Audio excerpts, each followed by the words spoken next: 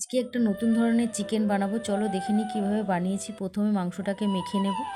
মেখে নেওয়ার জন্য নিয়েছি টক দই জল ঝরানো, আর নিয়েছি কাঁচা লঙ্কা বাটা, ধনে পাতা বাটা, আর নিয়েছি আদা রসুন বাটা, হলুদ গুঁড়ো, নুন, সব কিছু দিয়ে মেখে রাখবো 1 ঘন্টার জন্য।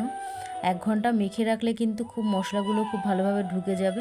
তারপরে নারকেল কুচি নিয়েছি, নারকেল কুচি, শুকনো লঙ্কা, গোটা গরম মশলা ভেজে গুঁড়ো করে নেব। কড়াই তেল গরম করে তার মধ্যে জিরে তেজপাতা ফোড়ন দিয়ে পেঁয়াজ কুচিটাকে দিয়ে দিয়েছি। দিয়ে দেওয়ার পরে একটু আদা রসুন পেস্ট ছিল ওটাও দিয়ে দিয়েছি। তারপরে দিয়েছি জিরে, ধনে, লঙ্কা, হলুদ গুঁড়ো, টমেটো কুচি, মেখে রাখা মাংস ভালো করে মিশিয়ে নেব। আর এইভাবে বানালে কিন্তু খুব টেস্ট হয়, মাংসটা একদমই নতুন, এইভাবে বানিয়ে দেখতে পারো একবার।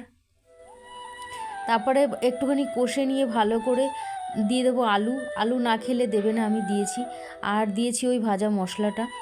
আমার রেসিপিগুলো তোমাদের কেমন লাগে অবশ্যই কমেন্ট করে জানিও। ভালো লাগলে একটা লাইক করে দিও। আর ফেসবুক থেকে দেখলে পেজটিকে ফলো করে নিও। আর ইউটিউব থেকে দেখলে চ্যানেলটিকে সাবস্ক্রাইব করে দিও।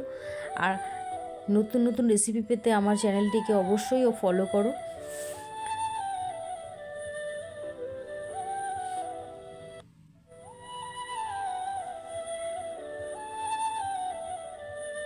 আচ্ছা।